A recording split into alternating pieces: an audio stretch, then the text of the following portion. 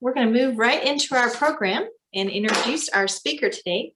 So our speaker today is Bradley Wind. He's been the general manager of Northern Wind since 2018. He has worked at Northern Water since 1994, serving as an engineer and deputy manager of operations. Brad has several degrees from Colorado State University, a bachelor's in civil and agricultural engineering, and a master's in business administration. He also has a master's in agriculture engineering from UC Davis. So please welcome Brad Wind. Thank you, Sally. You want me to take it from here? Shall I go ahead and share my screen?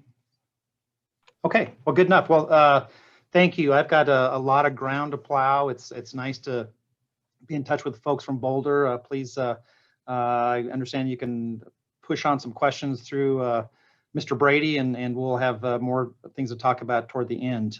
Things in the water business are challenging because people like our state and continue to move to our state, and there's growth around us here in Northern Colorado. So I appreciate the opportunity to talk. I'm going to talk about kind of some of our core missions here at Northern Water, then get into just a very high-level overview of some of our more recent projects that we're trying to advance. Building water facilities in Colorado is a long multi-generational challenge process. In many cases for good reason. There's a lot to think about when you build these projects. You want to make sure you do it appropriately and think about the environment and its impacts along the way. And then I also want to touch about some of the things that we're challenged with that might surprise you, they might not.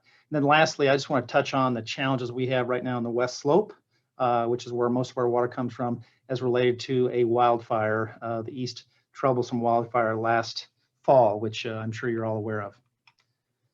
So let me get going here. So just a little bit of background. Northern Water is created under the Conservancy Act of 1937. We were the first conservancy district in the state of Colorado. And in front of you is a map, I hope, of Northeastern Colorado, and the greenish area, if you will, is our district boundaries. You can kind of think of us as like a quasi-municipal organization, kind of like a library district. We have an ad valorem tax throughout our district, both in urban areas as well as irrigated lands through our district. There's about 1.2 million acres within that green, stretching from the city and county of Broomfield on the south, up and beyond Wellington to the north and east, primarily along the 4 major tributaries that come into the South Platte, and then from Greeley, the district boundaries, if you will, really parallel the South Platte River. And that's for good reason. Those are the irrigated acres within Northeastern Colorado. Just about, as of last year, 1 million people live within this greenish area.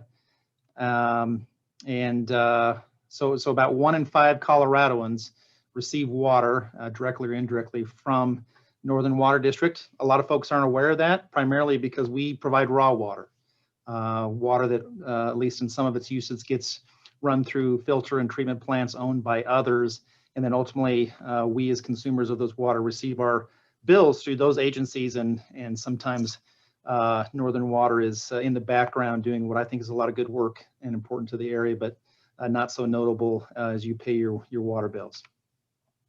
So as I mentioned, we were really created to partner with the federal government as lands and water projects were built in the West through the Bureau of Reclamation. And one of those projects, which by some is described as one of the more complex projects in terms of its infrastructure, in terms of its arrangements with our friends on the West Slope of Colorado, and how complex it is to get water from there to here, there being a place that receives 70% of the water supplies in Colorado, but yet many of us, more of us, are living and farming and irrigating in eastern Colorado. So there's a rundown of some of the numbers I mentioned. Irrigated acres are just a portion of the acres within our boundary, and as I mentioned, we just surpassed 1 million residents within our district.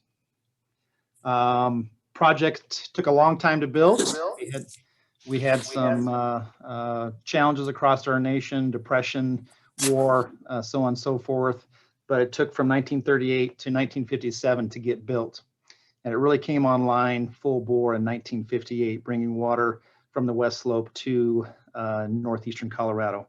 And on average, we deliver about 215,000 acre feet. What does that mean? That's about in some years, depending on hydrology, that can be between 1/4 and 1/3 of the water supply within the South Platte Basin and its tributaries below Denver. So that's a mouthful. I say all that to, I guess, to emphasize the fact that a good share of the water you're seeing around you actually stems in one way or another from the Colorado Big Thompson project. Most of this project is owned by the federal government, and we have a pretty extensive relationship and contract with them in how we pay for that project, pay for the capital, and then each and every year pay for half of the maintenance. You might ask, well, why half? That project, the CBT project, embedded within its operation is a lot of hydropower plants. And power customers, not Northern Water, but a whole different cast of beneficiaries of the project, receive power from the project, and they pay the other half of the freight, if you will, of the project's development and ongoing future costs.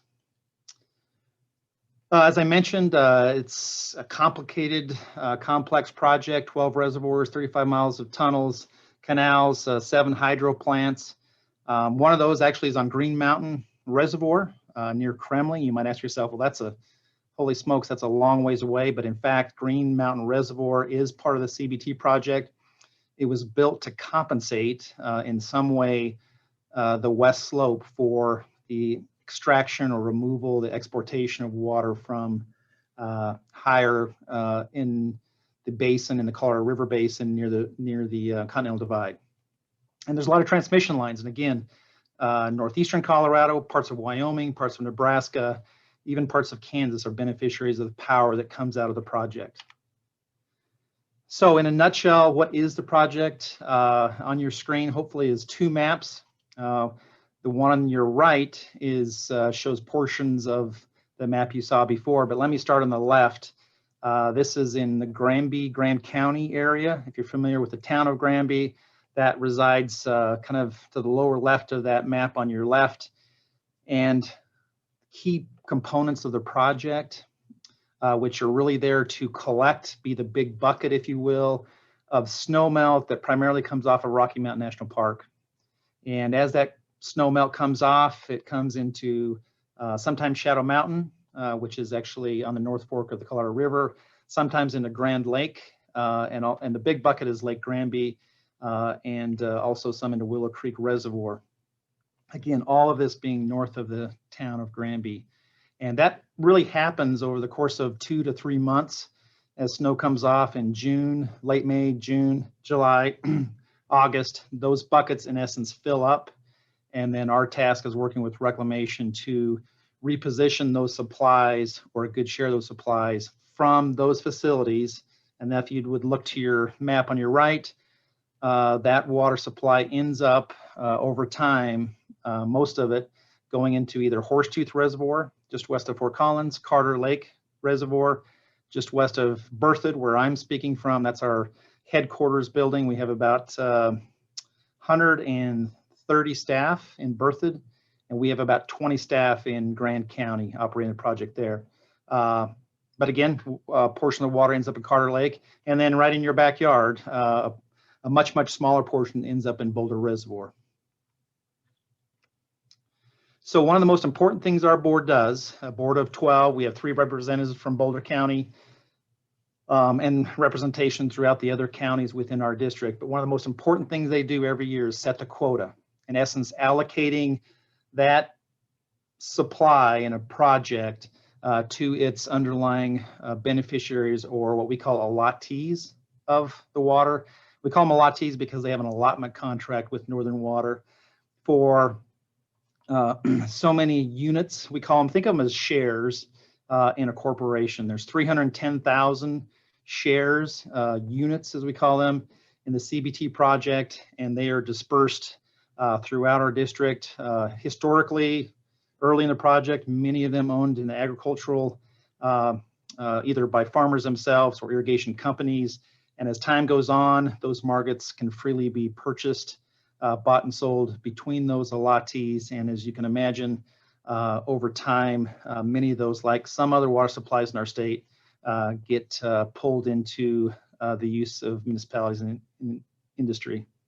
So based on the need of the area, CBT is what we call a supplemental supply. So it's really intended to marry up with the supplies we have coming from our native supplies.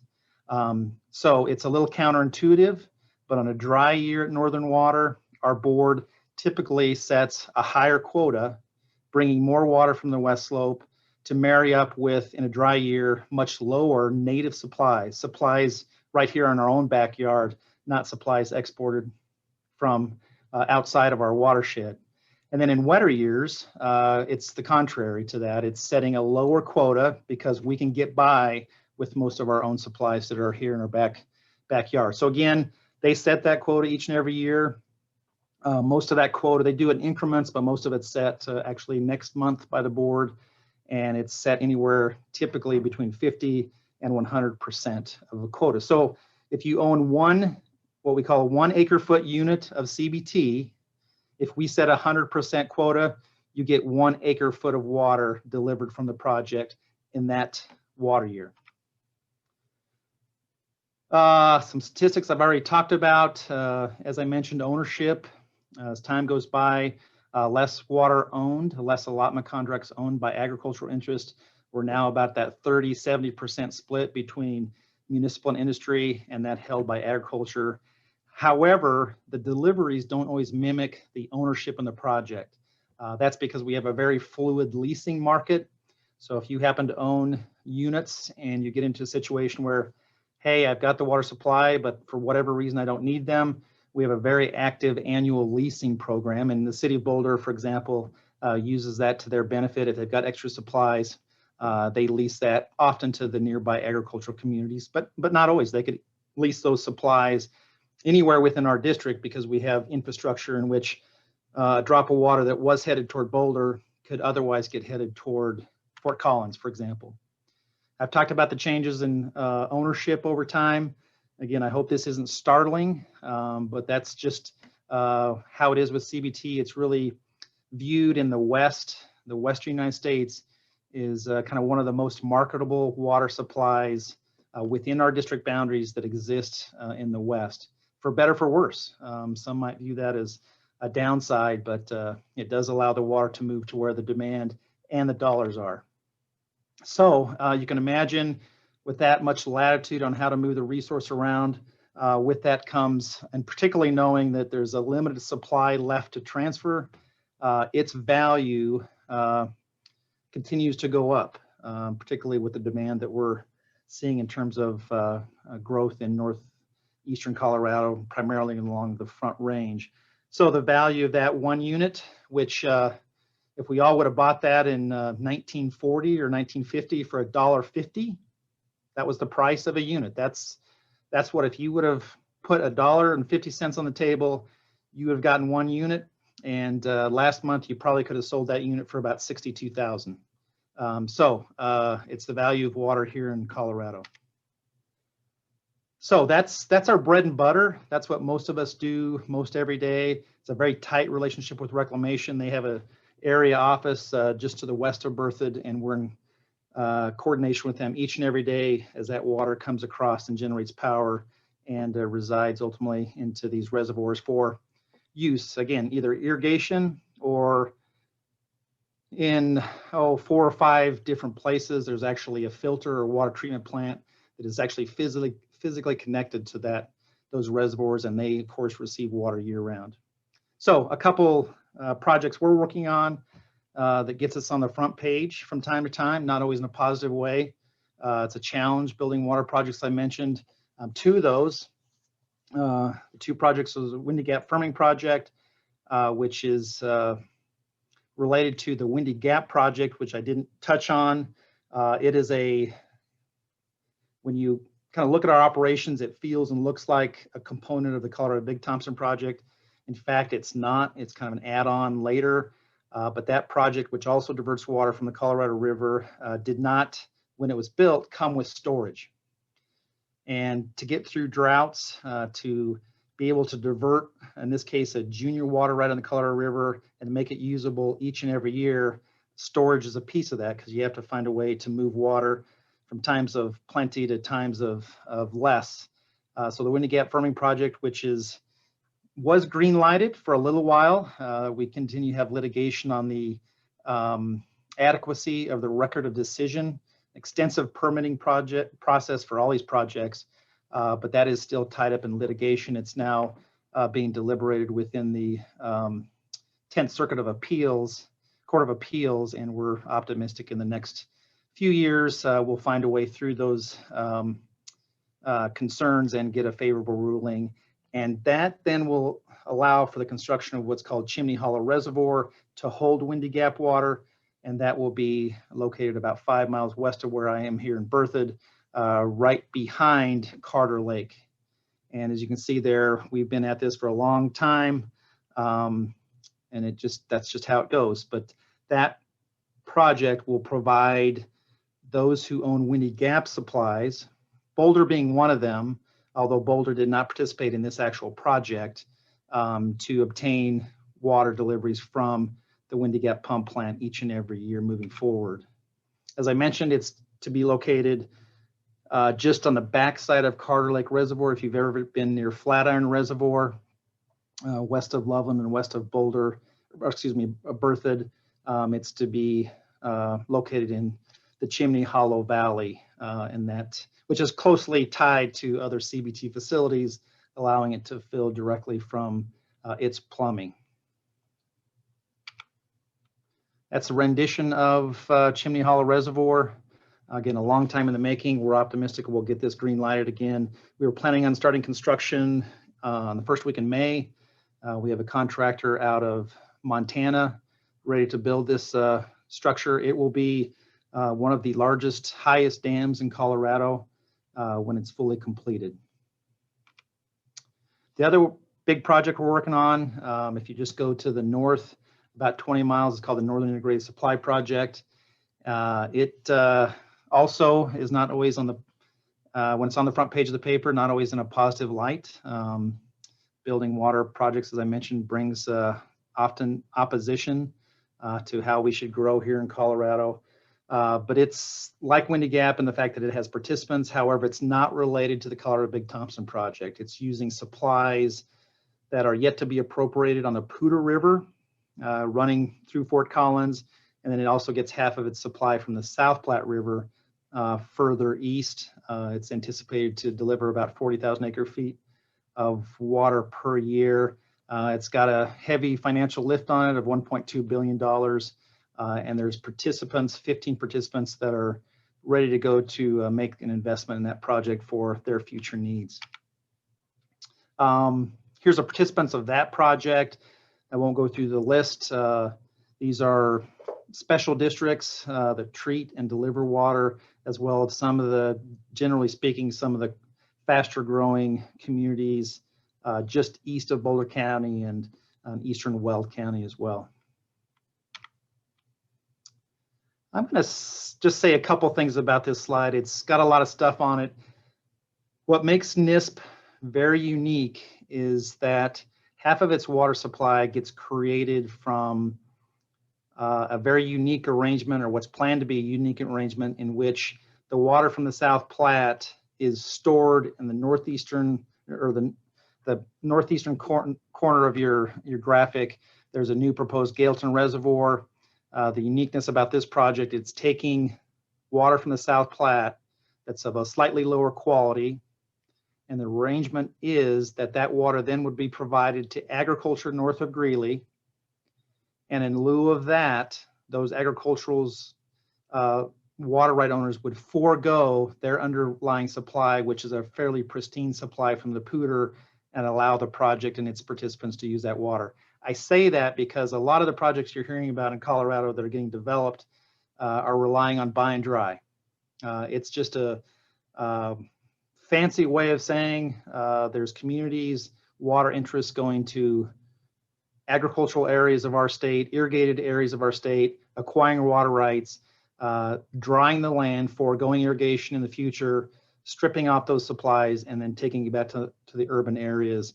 And our board has a lot of concerns about how and when that kind of thing happens because of the loss of that economy. And I could go on and on about the downsides of buy and dry, but nonetheless, that's happening through our state, where this project really is providing agriculture an alternative supply to get access to their higher quality supplies.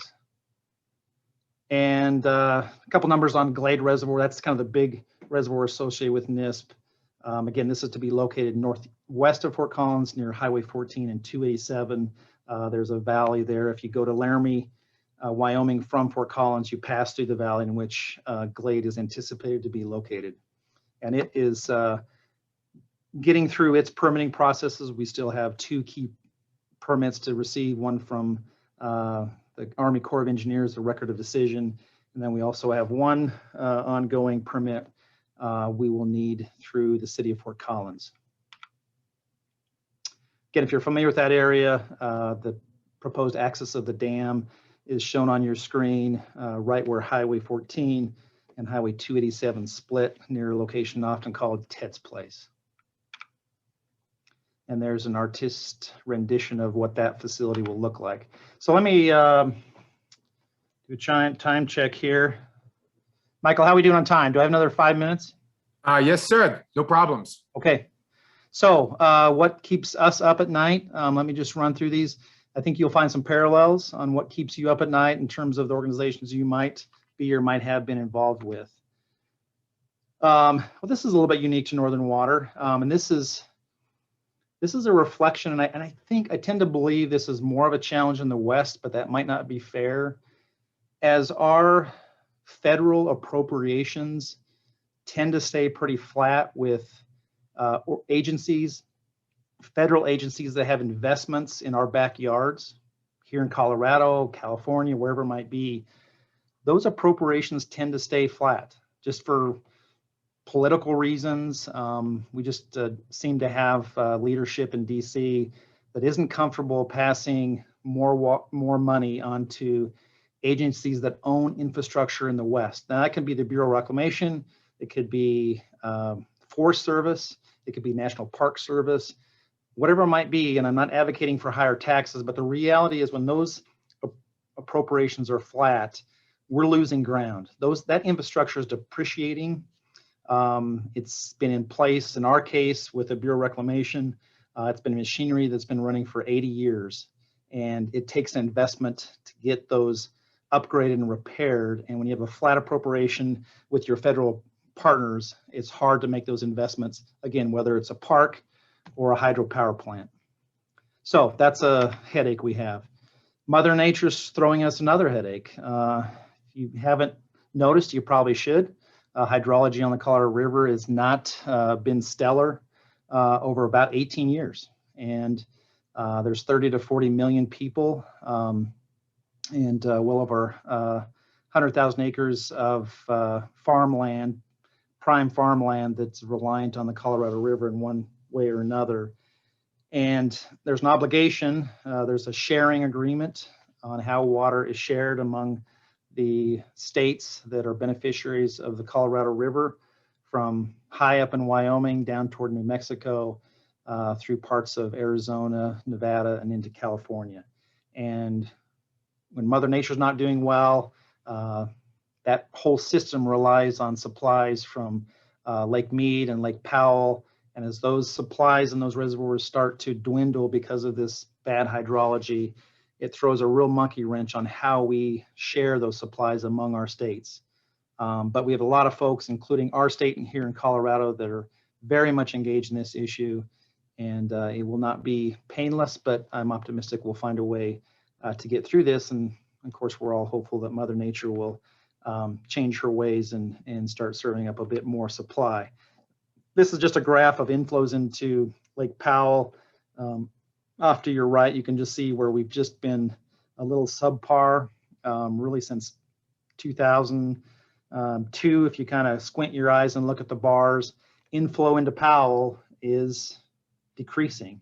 And why that's important, at some point, if Powell can't release an obligation to the lower basin states under the Colorado River Compact, that brings into question all of us who use supplies from the Colorado River and the upper basin.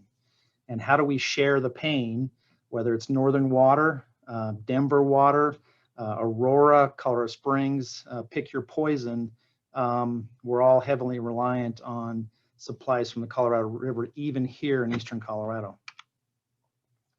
I kind of touched on this. This is just a graphic out of a recent water plan by the state of Colorado, where folks are recognizing if we, and I say we, the royal we, if we want to grow in Colorado in a way that some think will happen, and we're unable to build or find enough supply out of remaining water supplies in our state, there's a whole lot of folks who think it's appropriate to use water from irrigated agriculture. About 70 to 80% of our water in the state presently goes to grow food and fiber for all of us, for others in our nation. Some of it's exported, and there's many, I don't fall in this camp, but I get it, who view the next use of that water that's now providing for that food and fiber to strip the water from that land and bring it to municipalities and industry to continue to grow our economy. So in Northeastern Colorado, you can see a number range there of the loss of 180,000 to 267,000 acres of irrigated ground. I will argue north of Greeley, Colorado is some of the best soils and water in the Western United States. And to think about that being removed from those lands is a bit concerning. But I'm a farm kid from Northeastern Colorado, so that's kind of where my bias lies. Lastly, challenges, how to maintain people, how to bring people to an organization. And it takes 5 years for many staff to kind of comprehend what we do here at Northern Water, what's important, what's maybe less important. And it becomes challenging, I think, for a lot of organizations. How do you keep people in place for 20, 30, 40, sometimes 50 years to keep their career here at Northern Water? And again, I think that's shared by many, but when this younger generation comes and goes, it gives me a brain cramp. So last issue, more contemporary issue, wildfires for lots of different reasons seem to be happening at a more regular basis. And last fall and into the winter months, we had what was challenging to us as the East Troublesome Fire. The Cameron Peak Fire and the East Troublesome Fire, collectively 400,000 acres of burned lands. And the East Troublesome Fire is right in our backyard where our watershed and our collection systems are. This is a picture, this would be north of the town of Grand Lake, the Kawanichi Valley in the Rocky Mountain National Park after the remnants after that fire. And it's pretty toasty. And here's a picture of that fire. This is from near Estes Park, looking over the Continental Divide to that fire. Traveled 17 miles in one evening when we had a lot of wind going on. And this graphic kind of shows how that burn area relates to our collection facility. And as you can imagine, it's right on top. So we've got, on any given day right now, 20 to 25 staff grappling with trying to finance and what's the appropriate measures to invest into the watershed in terms of land treatment, protecting homes, so on and so forth, to make sure that as we have runoff from snowstorms and then ultimately monsoonal moisture in the late summer, how do we minimize the erosion into our collection facilities that then would impact not just water quality, but also water quantity coming to the west slope. And the bad things that can happen are right in front of you when you just get big debris flows coming into reservoirs and grappling with how to remove that for what won't be just 1 year, but probably 5 years of those watersheds recovery. Michael, that's it. That's a lot, I know, but I wanted to touch on a lot of things. Awesome. Thank you so much, Brad. Well, we do have a number of questions, but let me just ask one of my own.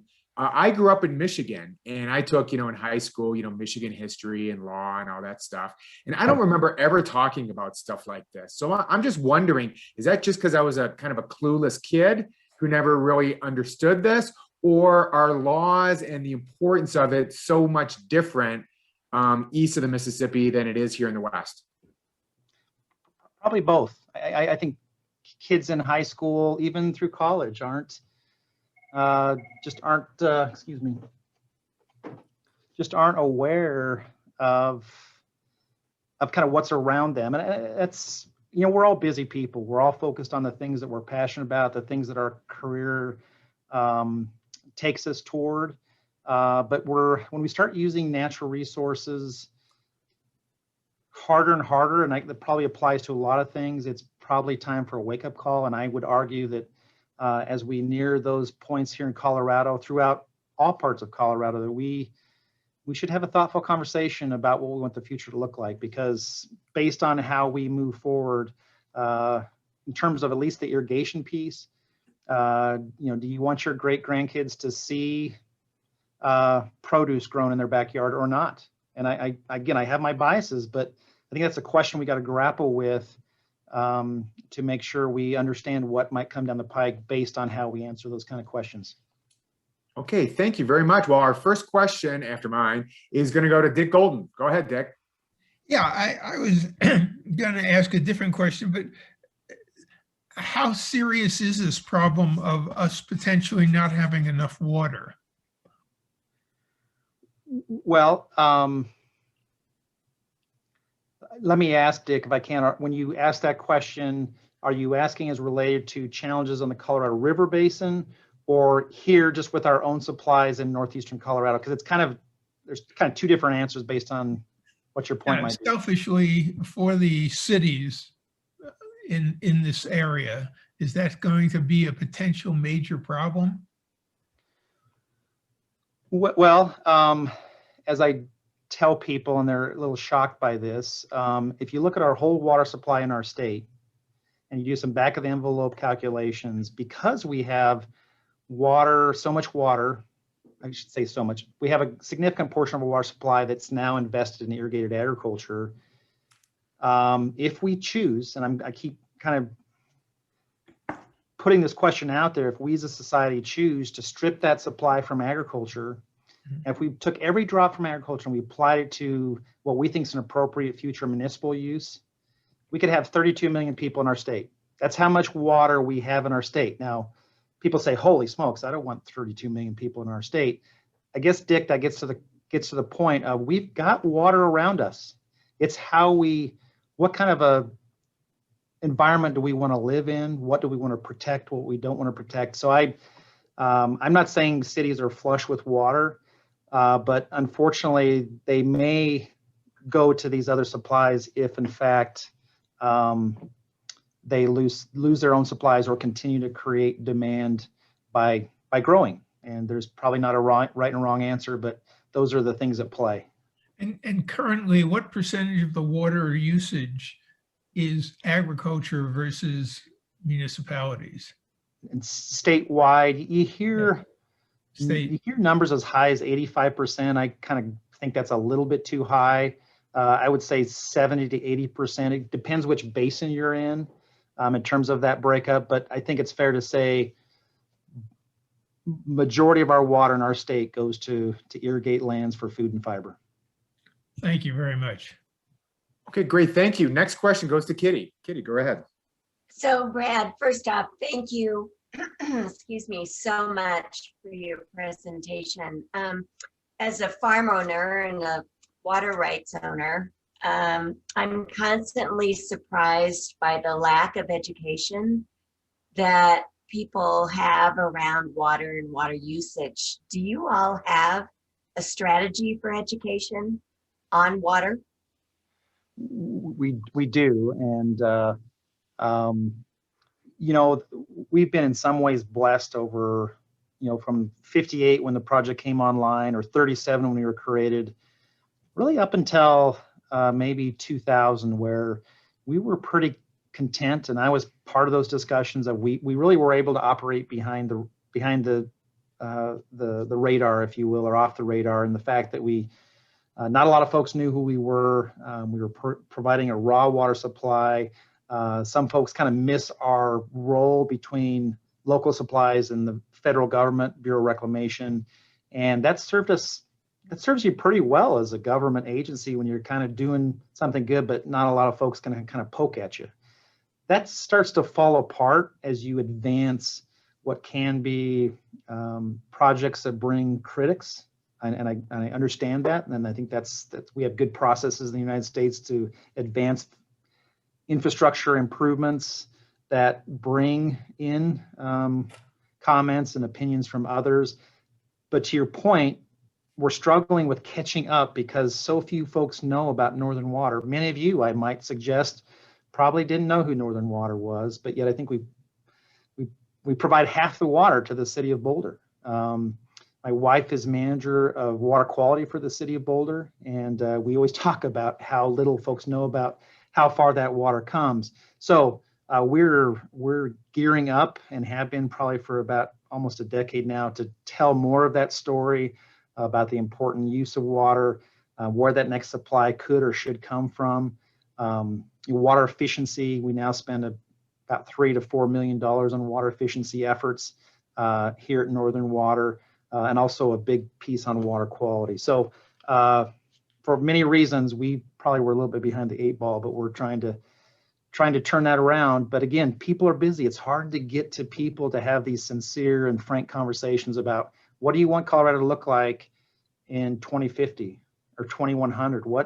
And if you've got a vision, should we come together and start strategizing on how to make sure we make the appropriate investments for that future look and feel? Thank you. I'm just trying to get through today, Brad. So 2050 seems far away. So next question up is Lynn Johnson. Go ahead. Actually, thanks, Brad. I on this ag municipal trade-off evolution, if you will. I asked the questions there, but I'm going to modify it a bit. That you've mentioned that people are looking to ag supplies, the 80% or 3/4 of water that's used for agriculture being converted to municipal industrial uses. Is it possible that ag usage could be made more efficient so that it could continue? And would that also perhaps involve municipalities in becoming more efficient themselves? Boy, Lynn, that's a great question, and one that we could spend hours talking about. And it's probably one of the most perplexing things as you talk about water rights, water right law here in Colorado. To folks not familiar with that, they're just awestruck with why this is the fact, and I'll share that with you now. Because our water rights in most parts of our state are so interconnected, and the fact that in the area where I'm from in eastern Morgan County, so east of here about 80 or 90 miles, those inefficiencies that are embedded within use of water for agriculture, and they used to be when I was a kid, young, everything was flood irrigated. Flood irrigation typically has a 50% efficiency. What does that mean? That means if you put 1 acre foot of water onto your field, half of that acre foot will go off the end of the field and back to the stream in some way, shape, or form. It's deep percolation into the underlying aquifer, and here in the South Platte, that also drains to the stream. And you only actually use half of that through the crop. So as you gain efficiencies by Colorado water law, you don't get to benefit from the savings, if you will, because those savings really were accrued to downstream water users. Unlike California, in most places in California, you can make investments in efficiencies. They call it salvaged water, and then you can transfer that. In Colorado, by and large, because there's so much interplay between water rights, the only way to extract water from a farm use is to shrink what's called the consumptive use. That means eliminate the crop. Again, a lot of people are kind of struck that that's the oddest thing, because in some cases they say, well, then farmers are never, there's not a motivation to conserve. Well, there is, and I'll tell you another surprising thing, that in our district, 600 and some thousand acres, when I was young, at Northern Water in 1990, only about a third of our district acres were sprinkler irrigated. So flood irrigation is 50% efficient. Center pivot sprinkler is probably 75 to 80% efficiency. And nearly all of our acres within our district now have moved to center pivot. Some have moved to drip. Those investments weren't, very few of them, in my opinion, were motivated by water efficiency. They're motivated because of labor. It costs a lot of labor. It takes a lot of labor to flood irrigate. And a lot of people, it's a lost art. So there's been those efficiencies, but those efficiencies, because we still have about the same number of acres being irrigated, it didn't really allow for water transfers into municipalities. And again, I apologize, there's a lot in that policy and laws in our state, but it's really challenging to get new water out of efficiencies out of agriculture. Now, on the municipality side, one can, if we use less water outside of our homes, less water inside of our homes, which becomes a little bit challenging. It takes, we like to take a shower from time to time. But then the question becomes, Lynn, what should a municipality do with that? So let's say they promote efficiency, they get some extra water that now sitting in the reservoir at the end of the year. Should they use that for new sales of taps and grow? Some have that opinion. Others do it to make sure their water supply is more reliable, or maybe they want to contribute to the environment. That's allowed under certain provisions of our law as well. So every community seems to be evaluating that differently. Okay, thank you, Brad. We've got about 7 minutes left and many questions. So I'm going to go to the next one, which is Paul Cure.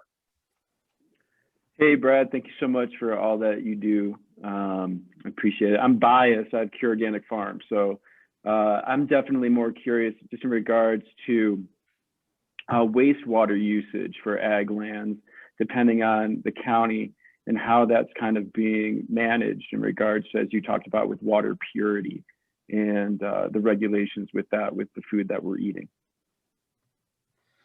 Boy, Paul, that's a good question, and it's a bit out of my wheelhouse. Clearly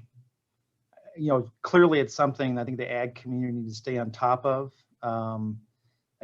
Since I was young, again, we've made a lot of advancements on the expectation and the permitting of wastewater treatment plants and impacts to downstream users, be it agriculture or municipalities. So I think we're just way better off than we were 30, 40 years ago.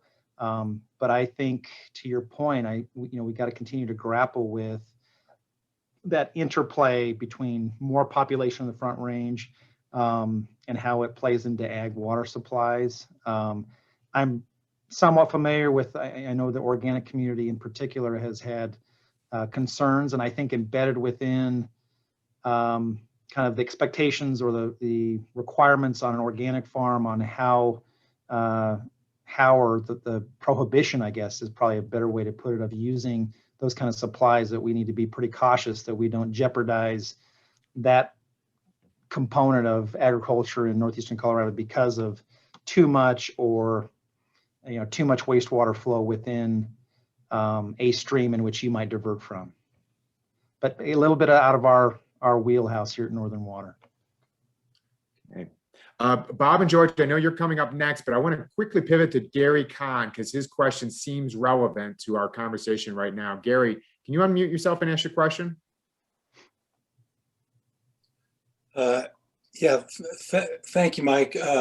Most of my question was answered by Lynn Johnson's question. So, but basically, if you could amplify on the efficiencies by technological advances in the available efficiencies that we know of now, and if we made a proper investment, how much more efficiency could we get on the ag use of water? I guess that's basically it. Yep.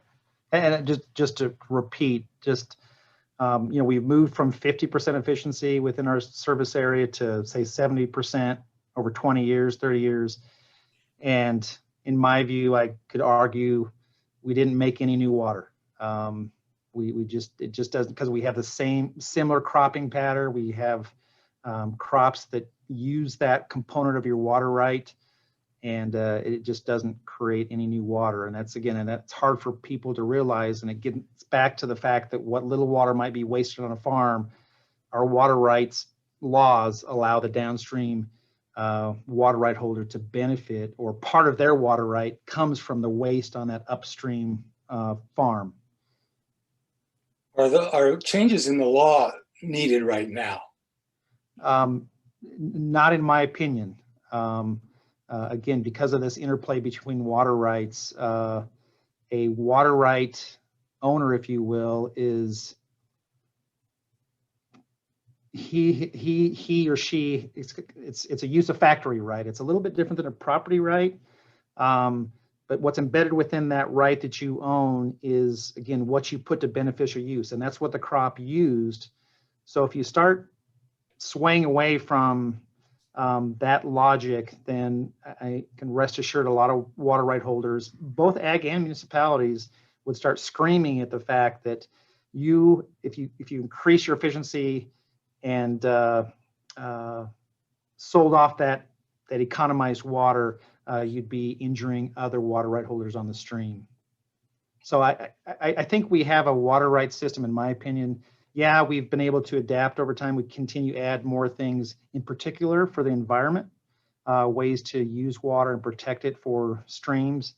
But to think about going to a California model, if you will, where you could salvage water and take it off the farm in that way, there would be a lot of implications to many parts of our state. Okay, thank you, Brad. We've got a couple more questions. Next one is Bob Stunkel. As we observe the growth of population in the Front Range, Brad, the question of water always comes into our conversations. You have mentioned key decisions by the board, even the allocations that are made annually. Would you just talk a little bit about the governance? How is the board formed, and are members necessarily professionals in the field? And is there a political dimension to the actions of the board? That is a great question. And I find myself, and I think every one of my colleagues here at Northern Water would emphasize how fortunate we are under the Conservancy Act in how our board is appointed and how they govern themselves. First, let me start in the Conservancy Act. There is a requirement for knowledge about water to be appointed to our board. The unique thing about a conservancy district is board members are appointed by district judges on 3-year terms. Mm. And that process in I think I'd say my tenure at Northern Water, because of that process, politics, we don't have an R and a D divide, if you will, in our board at all. They all come to the board meetings, 12 of them, with the wisest use of water in their mind. Mm-hmm. Required to have knowledge. We have engineers, attorneys, each of them is a water professional in their own right, and really focus on making the best decisions for using at least the water resources we have control of here at Northern Water. And given some of the politics that we're seeing, city councils really being divided in so many ways, I'd encourage anyone to log on to one of our board meetings and kind of see the focus that they have on using the resource in the right way. Very encouraging. Thank you. Very good. Okay, last question. So let's make it good, George, Garmany, and Brad. Thanks so much, Brad. We really appreciate your talk. I believe that associated with the Carter Lake Reservoir, there is a separate reservoir that has a hydroelectric connection, in which when there are periods of low electrical consumption, the water is pumped uphill, and then it comes back down at a later time when there's more need for hydroelectric power. And I'm just wondering if there will be a similar arrangement for that with the new proposed reservoir just above Carter Lake, because you said it's a very high dam and so forth. It seems like there's plenty of opportunity for hydroelectric power, but I'm just wondering if you're planning to do that. That's a good question, and I contend that pumped storage, which you're referring to, is broadly needed throughout the U.S., at least as an element of stabilizing water supply or power supplies that come from renewables, wind and solar that just aren't there each and every day, or at least each and every hour of a day. And by putting that excess energy into pumping water up to a higher elevation and capturing it 12 hours later is a wonderful thing, in my opinion. You're right, the CBT project has one element of that. However, it very rarely gets used, and it's the what we call the Unit 3 pump out of Flatiron Pumping Plant. Carter Lake is filled with a pump. It's higher in elevation than where the Colorado River water supplies come to the east slope. So it's pumped up there, and that pump is reversible. Very rarely is that done because of the need to make sure that reservoir is full. It has been discussed with these new projects and these new reservoirs. The reality of it is, at least at the present time, when you when you bolt on a pump system and an energy system onto your reservoir, it takes a different permitting process or a supplemental permitting process that can, unfortunately, in my opinion, bring on a whole host of other issues that allows communities and different organizations to oppose or protest a project. So again, for simplicity's sake, and unfortunately, perhaps, it's often a strategy to keep these reservoirs a little bit cleaner in how you permit them by not including those types of add-on facilities during the permitting process. Thank you. We've Way run. more complicated. All right, Lynn Johnson would like to say something to you. Well, Brad, I'm the responder, which is the closing of your talk. And I'm here to extend our thanks to you and to your folks, your staff, your organization, for the valuable services you provide, and appreciate the complications you deal with. Water is of importance to us at Rotary. We have the World Water Committee, Sanitation Committee, and provide funding for various projects for safe drinking water. Most recently, a lot of that is internationally, and Rotary clubs join together, including our friends at Minnesota, as he would testify to. But also domestically, we have a project in Pine Ridge of trying to provide safe drinking water to the tribe so they avoid arsenic contamination from the local groundwater. But your skills, your organization, you yourselves in balancing competing objectives with multiple interest groups is kind of over the top. So we all want to thank you for that, and the efforts you make to increase reliability, to keep the price down, and to help sustain the environment that you mentioned. And I know that your water projects do a lot for the environment, but it's controversial. So in the end, for us, to our speakers, we have a long-term project, Rotary, worldwide, of combating polio, and have distributed since the 1980s some 2.5 billion of polio vaccinations worldwide.